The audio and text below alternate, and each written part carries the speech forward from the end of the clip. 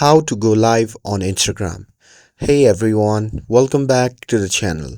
In today's video, I'll show you how to go live to the Instagram app step by step. So now without further ado, let's get started. So first thing first, open the Instagram app on your phone and make sure that you're logged into your account. And now here, once you are inside the app, just tap on the plus icon shown in the bottom center of the screen. And here, once you tap on it, you'll be prompted to the camera section.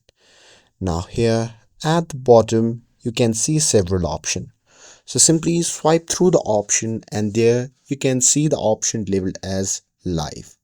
Now here you can add a title, choose your audience and even schedule your live if you want.